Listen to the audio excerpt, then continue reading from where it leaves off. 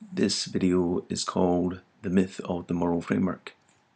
The title is inspired by an essay called The Myth of the Framework by Karl Popper that comes from the book of the same name.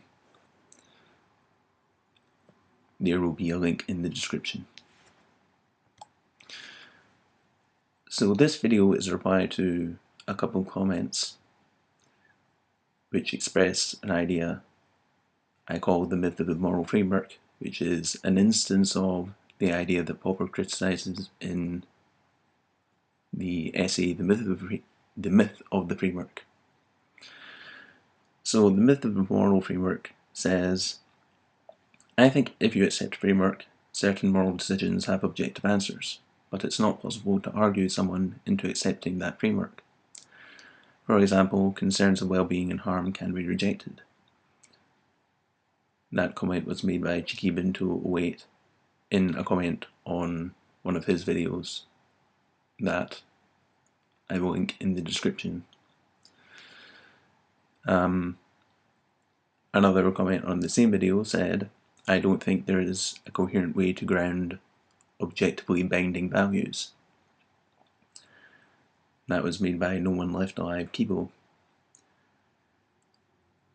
I'm going to criticize both of these comments using some arguments from Popper and some arguments that are more closely related to The Beginning of Infinity by David Deutsch.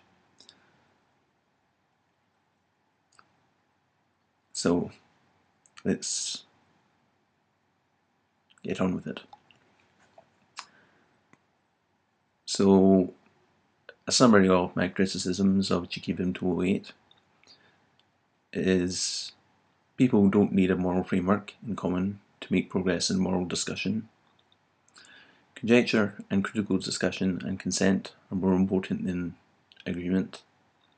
The myth of the moral framework gets in the way of doing this. Agreement is overrated and difficult if you make decisions badly, but it is possible. The myth of the moral framework is anti-rational. That is, taken seriously, it implies that the world is incomprehensible and that some moral disagreements can only be solved by coercion. Morality is objective. In a moral disagreement or conflict, at most one of the competing ideas is correct. So, let's start with the creation of knowledge. Knowledge is created by conjecture and criticism. You start out not knowing stuff, so the creation of knowledge has to start with varying current knowledge in many different ways, followed by elimination of some of the variations. It's impossible to show that ideas or practices are true or probably true or right or wrong. It's possible to find truth, but not to show that you have. Any argument uses premises and rules for getting true conclusions from the premises. This includes experimental results, observations, and so on.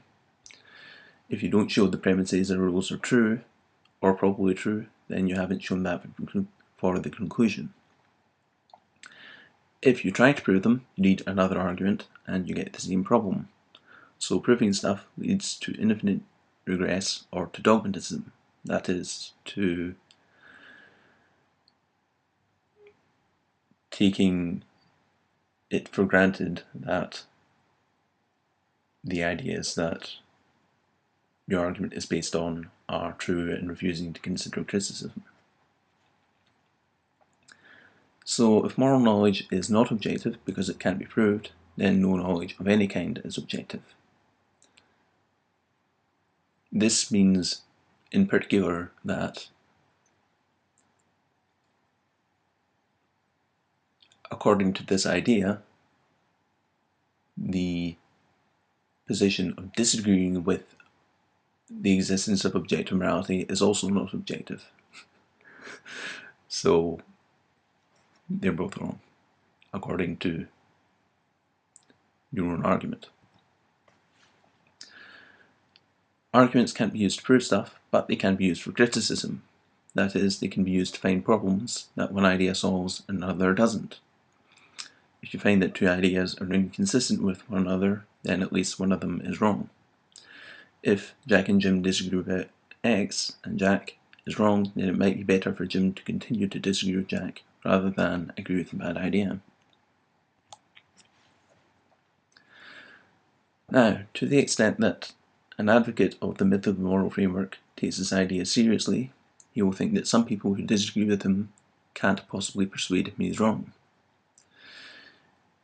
He may end up deciding that a person whose views he doesn't understand has a different framework and fail to learn from that person. So the believing in frameworks has closed off a source of criticism which will make it more difficult for him to discover his mistakes. There can't be any rational way to make a decision to disregard arguments, so the myth of the moral framework is anti-rational. The myth of the moral framework also contradicts the idea that the world is comprehensible. If you understand two ideas, then you can discuss what problems they solve, and so you can compare them critically. So, if people can't evaluate different frameworks, then they don't understand those frameworks and can't explain the actions of other people who act according to those frameworks. Now, human beings are physical and biological systems, so according to the framework theory, we can't understand the laws of physics, biology, and so on, because we can't understand the motion of particular physical and biological systems, that is, people who have different frameworks. So objective morality, rationality, and the idea that the world is comprehensible cannot be successfully divorced from one another. If you reject one, then all the rest fall.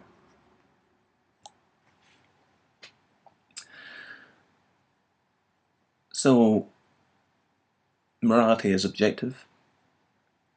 How can we get better at it?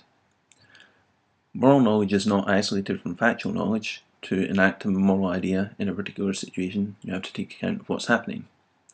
To find out what's happening, you have to create knowledge, which requires making decisions, and morality is about how to make decisions. So epistemology, the theory of knowledge, is part of moral philosophy. Now, if two ideas require inconsistent actions, then one of them may be wrong. If a moral idea requires doing something impossible, then it may be wrong. No criticism of an idea should be disregarded.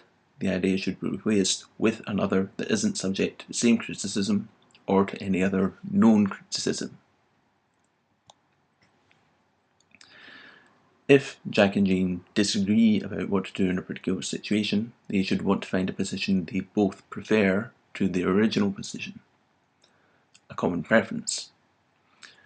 The common preference could include not cooperating on that particular issue if they don't know how to find an agreement. So, in that sense, finding a better idea is always easy because you can just choose not to cooperate with the other person on that issue and find someone else or find another way to deal with that issue. Now, if Jack insists that Jane should act on an idea without getting her consent, Jane doesn't have any obligation to do what Jack wants her to. Our institutions should aim to facilitate common preferences better than they do now.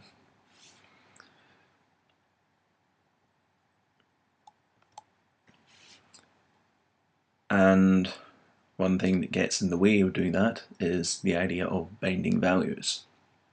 So moral philosophers often talk of binding values, meaning that you should do X even if you don't want to do X, if X is morally binding.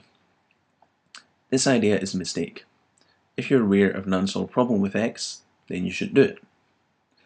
If you don't know of any such problem, you won't be tempted by non-X, and so you won't have to be bound to act on X. Binding is either bad or unnecessary. So the myth of the moral framework sucks. It implies that some decisions are incomprehensible. People with different frameworks would often be unable to come to agreement, which means they can't deal with one another by consent and have to resort to coercion. It also implies that criticism from people with different frameworks should sometimes be ignored, which makes improvement difficult. Goodbye.